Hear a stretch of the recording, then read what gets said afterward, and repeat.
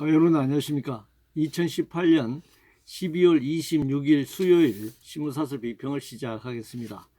먼저 세계 경제와 관련된 사설입니다. 동아일보는 닥치온 글로벌 경기 위축, 수출 경제 한국이 더 큰일이다 라는 제목의 사설을 뽑았네요.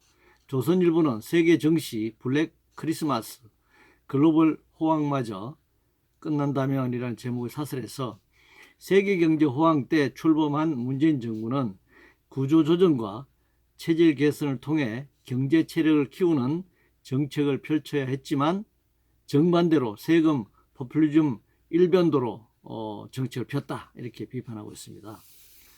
그런데 세계 정시나 세계 경제는 바다의 변화처럼 끊임없이 변동합니다. 역사적으로 자본주의 역사에서도 그렇습니다.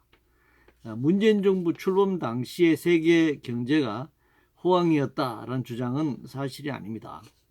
2008년 미국발 금융 경제 위기는 여전히 해소되지 않은 상태입니다. 특히 이 구조적 자본주의 위기로부터 비롯된 세계 경제 위기는 진행형이죠. 문재인 정부가 세금 포퓰리즘 정책을 폈다는 주장은 전혀 사실이 아닙니다. OECD 국가 평균 조세 부담률에 턱없이 미치지 못하는 이런 상황에서 문재인 정부가 세금 포퓰리즘 정책을 폈다. 이것은 뭐 어느 도단입니다. 국민경제자문회의가 대통령 참석하에 열렸습니다. 매일경제신문은 오늘 국민경제자문회의 가장 솔직한 정책평가를 주문한다라는 제목의 사설에서 비정규직의 정규직 전환, 주 52시간 근무제, 최저임금 인상 등 1년의 소득주도 성장 정책이 이해관계자의 반발과 저항에 부딪히고 있다. 그런데 이 사설의 뉘앙스를 보면 이해 당사자로 가면 노동과 자본의 양 측면이 있는데 이 사설은 자본 측에만 초점을 맞추고 있는 겁니다. 아무리 자본가 정부라도 국정을 운영하는 데 있어서 자본가 입장에만 설 수 없는 것 아닌가요? 권력이 이 표를 얻는 데는 자본가 숫자보다는 노동자와 그 가족 숫자가 훨씬 더 많습니다. 그런데 노동자의 표를 얻어가지고 신자유 정책을 펴고 이 자본가 정부로서의 그런 정책으로 귀결되는 것이 현실이죠. 그래서 노동자들은 항상 보수 정책의 표를 찍지만 결국은 공약을 지키지 않고 그래서 실망하게 되는 그런 결과를 항상 낳게 되는 것이죠. 북한 인권과 관련해서 동아일보는 미 법원 북윈비어 사망 5억 달러 배상, 김정은 사과하라 이런 제목의 사설을 내보냈네요. 미국의 그 대학생이 북한에 억류돼 있다가 사망했죠. 그래서 미국 이 법원이 5억 달러 엄청난 배상을 하라고 북한 정권에게 이제 판결을 내렸습니다. 자그마치 5,643억 원을 배상하라 이런 판결을 내렸는데 이게 뭐 미국 국내법의 판결이니까 이게 실제 실효성은 별로 없어 보입니다. 뭐 정치적 판결이 아닌가 그렇게 생각합니다. 미국 법에 따른 판결이고 또 천문학적인 금액이기 때문에 이게 뭐 북한이 물론 인정할지도 모르겠지만 실현 가능성은 없어 보입니다. 그러나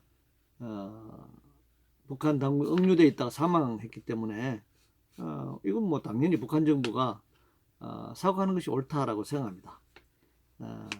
그런데 이 북한 인권 문제, 특히 이 외국인에 대한 인권 문제의 경우에 단순히 북한 인권 문제만 가지고 얘기할 문제는 아니고 이건 외교적인 문제이라고 생각합니다. 그래서 이게 외교적인 해결 방안을 북미 간에 또 찾아야 할 문제이기도 합니다. 방위비와 관련해서 조선일보는 트럼프발 방위비 협상 태풍 한미 동맹 균열은 안 된다 이렇게 주장하고 있네요. 지금 미 행정부가 주한미군 주둔 비용을 50% 이상 인상을 추진하고 있고 트럼프는 뭐 배로 올려야 한다 이렇게 이제 주장을 해왔죠.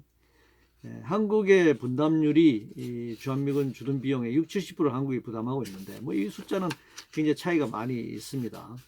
어떤 통계로는 미국이 주둔비 부담액의 5배를 한국이 지금 부담하고 있다. 뭐 직간접 비용, 그러니까 직간접 비용을 어떻게 포함시키느냐에 따라서 이제 수치가 좀 달라지는데요. 여하튼 조선일보는 한국의 분담 비율이 60~70%에 달한다. 그리고 평택에 새로운 미군 기지 건설 비용이 12조 원이 들었는데 91%를 한국이 부담했다. 그리고 매년 미국 무기를 수입하는데 6조 원 내지 7조 원에 달하는 미국 무기를 수입하고 있다. 우리가 미국이 세계 이제 무기를 많이 수출하고 있는데 미국 그 무기 수출 국가 1위 국가입니다. 우리나라가. 물론 그 매년 뭐 차이가 있을 수 있지만 최근에 평균적으로 보면 우리가 미국 무기 수입을 1위로 수입하는 나라죠. 그래서 조선일보는 서로 납득할 수 있는 수준에서 분담금을 타협해야 한다 이렇게 주장하고 있습니다. 중앙일보는 지나친 미군 분담금 요구엔 적극 대응해야 한다. 이제 이런 제목의 사설에서 직간접 지원을 합치면 주한미군을 위해 우리는 4조 5,200억 원을 부담하고 있다. 그런데 미국 행정부는 50% 인상을 요구하고 있고 트럼프는 2배 인상을 요구하고 있기 때문에 이거 너무 무리하다. 적극 대응해야 한다. 그런 주장을 하고 있네요. 사실 본래 소파 협정에 따르면 주둔군 지협정에 따르면 주둔비는 주둔군이 부담하기로 되어 있습니다. 그러니까 주한미군 주둔을 하면 주둔 비용은 미국이 부담하기로 되어 있죠. 그런데 이 소파 협정을 위배한 상황에서 미국이 특별협정이라고 하는 그런 협정을 통해서 소파 협정을 하면은 자기들 부담해야 되는데 특별협정이라는 협정을 이제 한국에 강제해 가지고 주둔비를 한국에 부담시키고 있죠. 일본도 역시 이런 방식으로 한국처럼 일본이 다수를 부담하게 되는 뭐 세계에 뭐 수백 개 미국 기지가 있지만 일본과 한국만 이렇게 유일하게 미국 부담을 아주 최소화하고 일본과 미국, 한국 정부가 주로 부담하는 이런 형태로 되어 있습니다. 그게 뭐 일미동맹, 뭐 한미동맹이라고 말하면서 결국은 불평등 조약 동맹이라는 것을 알 수 있습니다. 뭐 트럼프 행정부는 뭐 50% 또는 뭐 2배 이상의 그 주둔비를 인상시켜주지 않으면 내년 초에 수천 명에 달하는 미군 부대 내의 한국인 노동자들의 임금을 지급하지 않겠다. 뭐 이렇게 지금 협박하고 있고 뭐 주한미군 철수까지도 얘기하고 있는 상태입니다. 뭐 진정으로 우리가 한미동맹 평등한 한미동맹을 얘기하려면 소파 협정에 근거해서 주한미군 주둔 비용은 미국이 부담해야 한다. 이런 주장을 강력하게 해야 한다고 생각합니다. 청와대 논란은 계속되고 있습니다. 조선일보는 청와대 포렌식 장비 영장 없는 수사 아직도 하고 있다니라는 제목의 사설에서 민정수석실의 공직자 감찰은 법령을 위반되지 않고 강제처분이 아닌 방법으로 이루어져야 한다. 이렇게 주장하고 있습니다. 문화일보도 비판 보도 출처캔다며 영장 없이 포렌식 조사 벌인 청와대를 비판하고 있네요. 그래서 청와대의 뭐 민정수석실의 감찰 행위가 있는데 감찰 권한이 있는데 감찰에 대한 법적 제도적 기준을 마련하는 것이 필요하겠다 이렇게 생각합니다. 감찰하기 위해서는 장비는 어떻게 해야 하고 이 장비들은 어떤 제한적 범위 내에서 사용해야 하고 이런 구체적인 안을 마련하는 것이 제도나 이런 것들을 만드는 것이 필요하다 이렇게 논란이 없도록 해야 된다고 생각합니다. 갑질 행위와 관련해서 중앙일보는 김정호 의원 더불어민주당이죠. 공항 갑질 사고로 끝낼 일인가라는 제목의 사설에서 항공보안법 위반 가능성 국회 윤리위에 해부할 것과 국토교통위원회에서 사퇴시켜야 한다 이렇게 주장하고 있네요. 법률 위반이 있다면 당연히 수사해야 한다고 생각합니다. 뭐 땅콩 회항에서 보듯이 항공법 위반으로 기소되지 않았습니까? 뭐 재벌 일가들도 말이죠.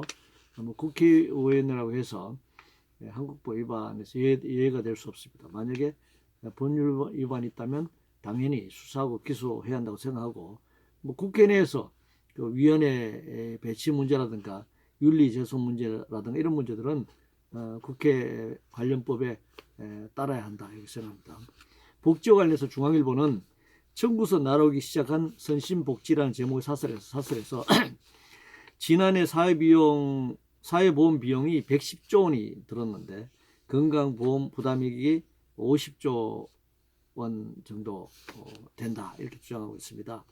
GDP 대비 사회보험 비용 부담액은 2016년 기준으로 6.9%로 유럽의 복지 선진국이 포진한 OECD 평균 9.2%에는 미치지 못한다 이렇게 이제 얘기를 하고 있습니다.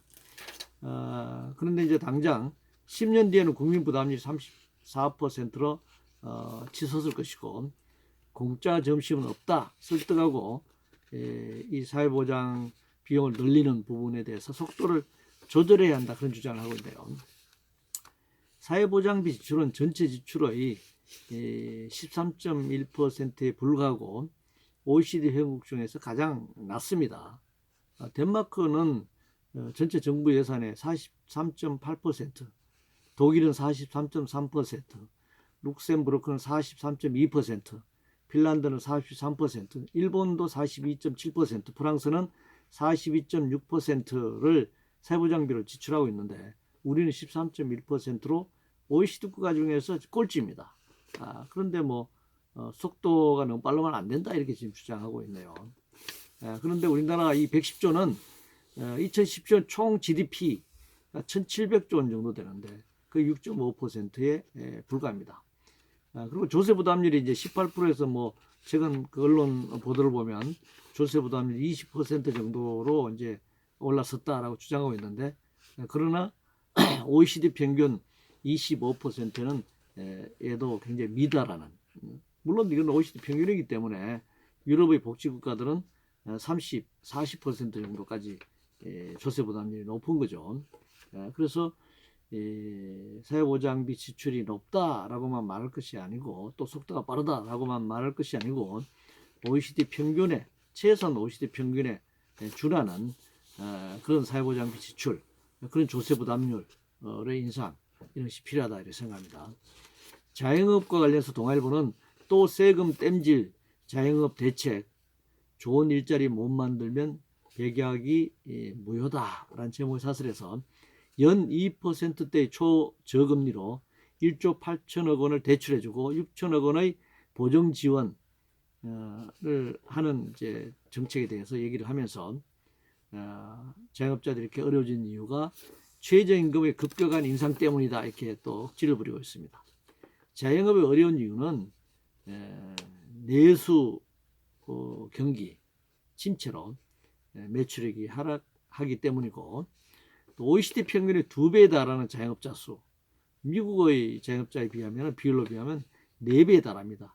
이런 그런 자영업자 비율이 이제 전체 경제 활동이고 25%, 4분의 1이 자영업자인데 이런 상태에서는 자영업자들이 연간 뭐 최근에는 뭐 100만에 가까운 폐업이 일어난다 그러는데 폐업만 일어나는 것이 아니죠. 또 수십만 개가 문을 닫고 수십만 개가 다시 만들어지는 악순환이 계속되고 있는 겁니다. 그래서 최저임금 인상, 자영업자 상당수가 알바 노동자도 고용하지 못하는데도 문을 닫잖아요. 그 최저임금 때문에 문을 닫는다라고 하는 것은 억지다라고 하는 것입니다. 주휴수당과 관련 사업경신문은 취지 소멸, 65년 묵은 주휴수당, 이게 이제 주휴수당이 1953년 한국 전쟁 시기에 만들어진 근로기준법에 이제 있다라는 걸 얘기하는 거죠. 이제 유지해야 할 이유가 없다 그렇게 주장하고 있습니다. 국제노동의 ILO도 주일의 휴일 보장을 권고하고 있을 뿐이다. 그러니까 뭐 이런 권고 정도는 안 들어도 된다는 얘기죠. 지금 근로기준법 55조를 위반하라는 겁니다. 물론 뭐 이거 계약하라고 또 얘기를 하겠죠. 또 우리나라는 세계인권선언에는 휴식휴가권이 있습니다. 안전에 관한 조항도 있는데 헌법에 우리나라 헌법에 이제 없죠. 휴식휴가권도 없고 안전에 관한 조항도 지금 없습니다. 뭐 굳이 이 휴식휴가권 대신에 다른 조항을 살펴보면 헌법 10조의 존엄과 행복을 추구할 권리, 헌법 34조 인간다운 생활, 헌법 35조의 건강하고 쾌적한 환경, 뭐 이런 정도 이 헌법 조항을 굳이 적용한다면 장시간 노동에 시달리는 노동자들에게 휴식 휴가, 뭐 연차 휴가, 안식 휴가 이런 것을 뭐 부여해야 한다 이렇게 해석할 수는 있겠습니다.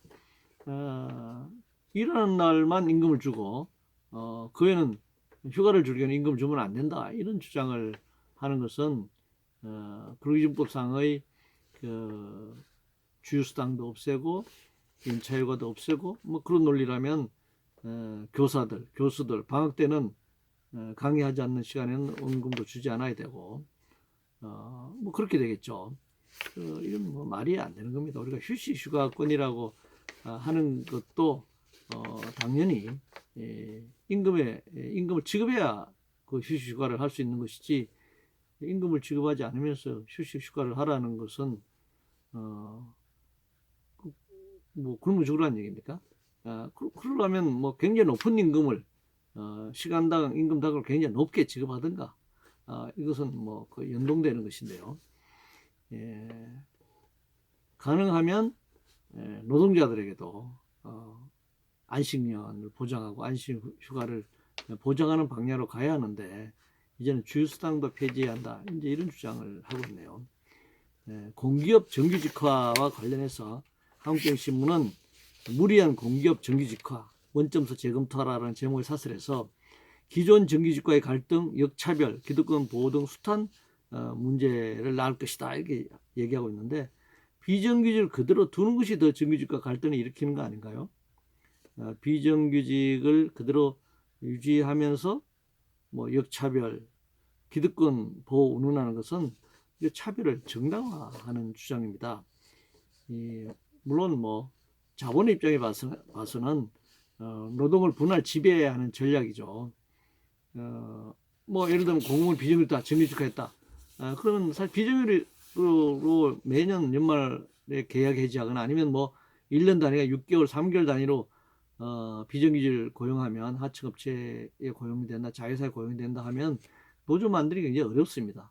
정규직하면 다 노조 쉽게 만들겠죠. 그 노조를 만들면 노동자들의 힘이 세지잖아요. 그럼 노조가 더 강하게 되고 그걸 관철할 수 있는 가능성이 높아지죠. 그렇기 때문에 자본 입장에서는 분할 지배 전략을 쓰는 겁니다. 그 자본의 속성이죠. 뭐 영어로는 디바이드 앤 룰 팔리시라고 하는 분리해서 분할 통치하는 전략을 그건 뭐 자본의 전략뿐만 아니라 그건 지배자들의 모든 일반적 전략이라고 할 수 있습니다. 의료와 관련해서 한국경제신문은 의료 규제 혁파 대통령 약속보다 이익 집단이 더 중요한가라는 제목의 사설에서 첨단 재생의료법, 체외진단의료기기법, 의료기기산업육성법, 의사 환자 간 원격 의료, 약 자판기 도입을 위한 약사법 개정이 무산되고 있다. 연구중심 병원의 기술 지주 회사 허용, 줄기세포 치료제 연구 범위나 소비자 의뢰 유전자 검사 항목 확대, 의료 빅데이터 활용을 위한 개인정보 보호법 개정 논의도 진척이 없다. 이렇게 이제 쭉 나열하면서 대통령이 혁신 성장 규제개혁의 시작이라고 한 의료 규제 혁파가 실종되고 있다 이렇게 비판하고 있습니다. 결국 이 문제는 환자의 안전과 건강, 그 환자의 생명과 안전, 이 건강에 무게중심을 둘 것인가 아니면 의료자본, 병원자본, 제약자본의 이윤에 무게중심을 둘 것인가의 충돌입니다. 항상. 그런데 뭐 여전히 혁신성장을 규제를 완화하면 혁신성장이 가능하다 이렇게 등치시키는 것 이것은 사실이 아니죠. 이것은 당장 자본의 이윤 추구에만 혈안이 되어 있다는 점을 이제 말해 주는 것입니다. 우리가 혁신성장이라고 하는 것은 오늘날 뭐 자기네들 스스로 입만 벌리면 신산업, 4차 산업혁명을 얘기하면서 투자, R&D 투자를 통한 기술 혁신 없이 어떻게 혁신성장이 이루어질 수 있겠습니까? 그리고 이 혁신성장을 위한 경영혁신이 필요하겠죠. 이 봉건적 지배 질서, 갑질이나 일삼는 이 재벌 체제로서 이 혁신 성장은 가능하지 않다라고 생각합니다. 폭력과 관련해서 멜경신문은 새해에는 꼭 불법 폭력 시위 더 이상 활기치지 못하게 한다는 제목을 사설해서 시민단체 이익집단이 최저임금 탈원전, 카풀, 영리병원 등 문제를 놓고 자신들 주장을 관철하기 위해 법질서마저 무너뜨리는 행태가 반복되고 있다.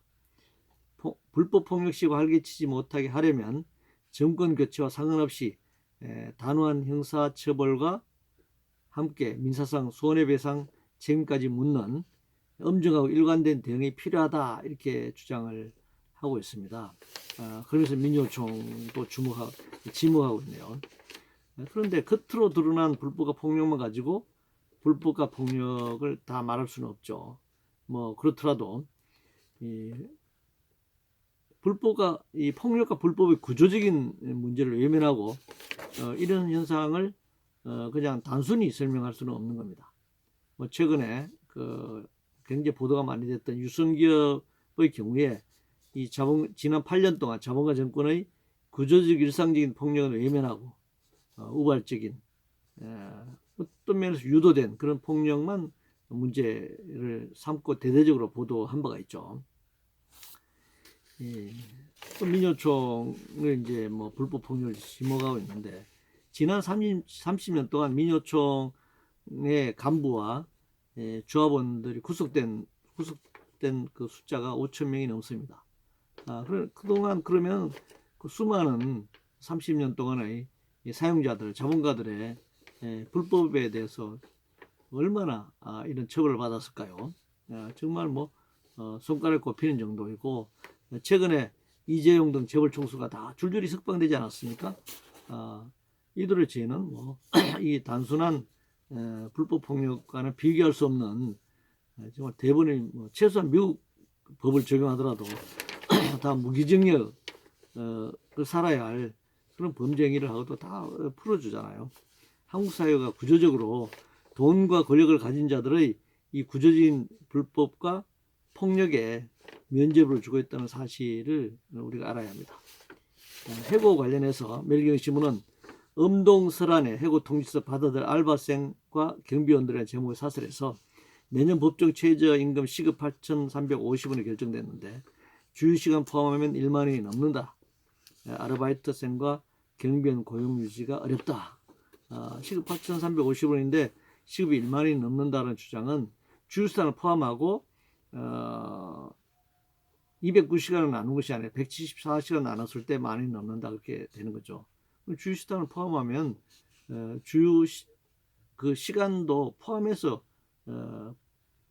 이 분모가 돼야 되는 것이거든요. 그러면 당연히 8,350원이 되는데 8,350원 플러스 주휴수당을 합친 다음에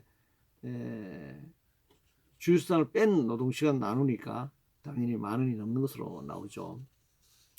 먼저 용어 관련해서 요즘 뭐 알바는 예전 우리가 알바생이라 했을 때는 잡비를 벌거나 사회 경험을 위해서 일시적으로 알바하는 그런 알바는 거의 없습니다. 요즘 학생들이라고 하더라도 학비를 벌기 위해서 하숙비를 마련하기 위해서 생존을 위한 알바가 대부분이죠. 그래서 알바생이라는 표현은 올바르지 않다. 알바 노동자라고 해야 한다. 뭐 노동자를 붙이기 싫으면 그냥 알바라고 해야지. 알바생이라고 하는 것은 지금의 개념으로는 맞지 않는 그런 용어다 이렇게 말씀드릴 수 있습니다. 최저임금 인상 때문에 고용유지가 어렵다면서 그렇게 주장하고 있는 거죠. 뭐 여기 표현대로 알바생, 경비원들이 최저임금이 오르기 때문에 고용을 이제 계속 고용할 수 없기 때문에 해고될 수밖에 없다, 해고할 수밖에 없다 이런 주장을 하고 있는데 그러면 이런 알바 노동자들과 경비 노동자들의 경우에는 최저임금이 아주 낮은 상태에서도 그냥 그 돈 받고 해서 일해야 한다라는 당위성을 지금 주장하고 있는데 최저임금이 낮아서 최소한의 생활조차 어려운 노동자들의 처지 이것은 어떤 경우도 보장받을 수 없는 건가요? 말이 안 되는 주장입니다. 외주와 관련해서 문화일보는 위험의 외주와 비난보다 전문기업 키우는 게 정도다라는 제목의 사설을 해서 원청기업과 사업주의 무한 책임을 지우는 것도 과잉입법 소지가 있다. 지금 산업안전보건법 이게 지금 국회에서 정부 노동반으로 제출된 부분이 지금 통과가 안 되고 있습니다.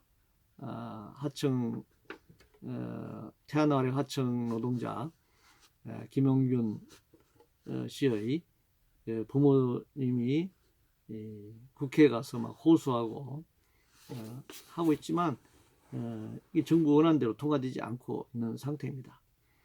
여전히 위험에 내몰리는 노동자들의 처지를 지금 국회가 무시하고 있죠. 특히 자유한국당이 앞장서서 지금 무시하고 있습니다. 노동자의 죽든 말든 돈벌이에만 혈안이 되어 있는 사회입니다. 공기업 좋다 이러니 뭐 민간 기업은 뭐 두말할 나위도 없죠. 세계 최고의 산재 사망률, 한국 사회에 굉장히 야만적인 사회죠.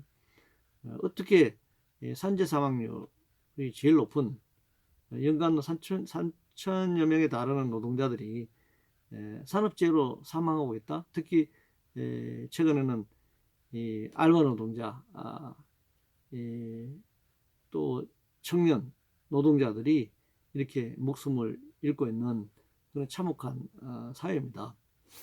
그래서 이것은 뭐 유럽의 경우에 보면 기업 살인으로 엄단해야 하는 것이죠.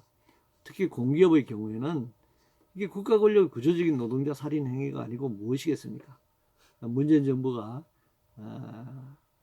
취임 선거 공약으로도 그랬고 취임 직후에 인천공을 찾아가서 공무원 비정규직 정규직 하겠다 약속했는데 하나도 지켜지지 않고 있습니다.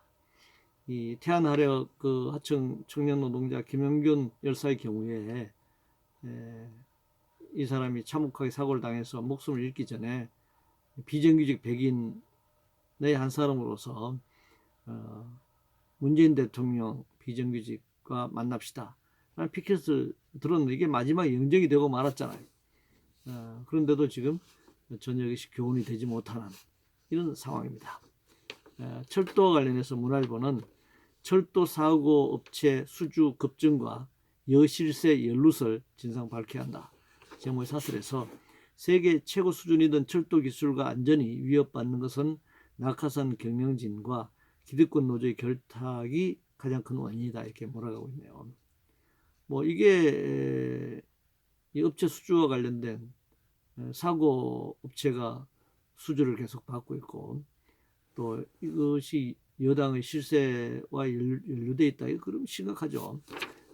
만약에 사실이면 경찰과 검찰이 즉각 수사를 해서 사법 처리해야 된다고 생각합니다. 그런데 지금 철도 사고가 빈번하게 일어나는 것이 낙하산 경영인과 기득권 노조의 뭐 결합 때문이다라고 이런 주장은 굉장히 터무니없는 주장이죠. 노조를 공격하기 위한 주장입니다. 그러니까 이명박 박근혜 정권 때까지 세계 최고 수준의 철도의 기술과 안전이었는데 문재인 정부 들어와 가지고 낙하산 인사와 노조가 결탁하니까 이렇게 사고가 빈발하고 있다. 이렇게 말하는 것은 정말 터무니없는 주장이죠. 이명박 박근혜 정권으로 이어오면서 그 이전 뭐 김대중 노무현 정권도 마찬가지입니다만 그 정권 역대 정권들이 이어오면서 철도의 이 시설과 운영을 분리하는 또 박근혜 정권 때의 철도 민영화 조치라든가 또 그 역대 정권들의 외주화, 인원 감소, 비정규직 확대 이런 것들이 누적된 거예요. 그것이 뭐 지금 갑자기 뭐 문재인 정부에서만 경영진이 낙하산이고 그 이전 정권에서 낙하산 아니었나요? 전부 낙하산이었습니다. 그런 논리로 따지면.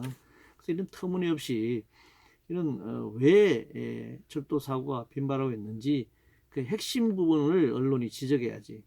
무슨 뭐 경영진과 노조가 결탁해서 사고가 늘어났다라는 이런 엄청난 사고가 빈발하고 있는데도 불구하고 전혀 본질적인 것을 벗어난 이런 터무니없는 그냥 노조 비난에 급급하고 있으니까 언론이 이따위로 이런 사설을 내고 있으니까 사고가 예방이 되겠습니까?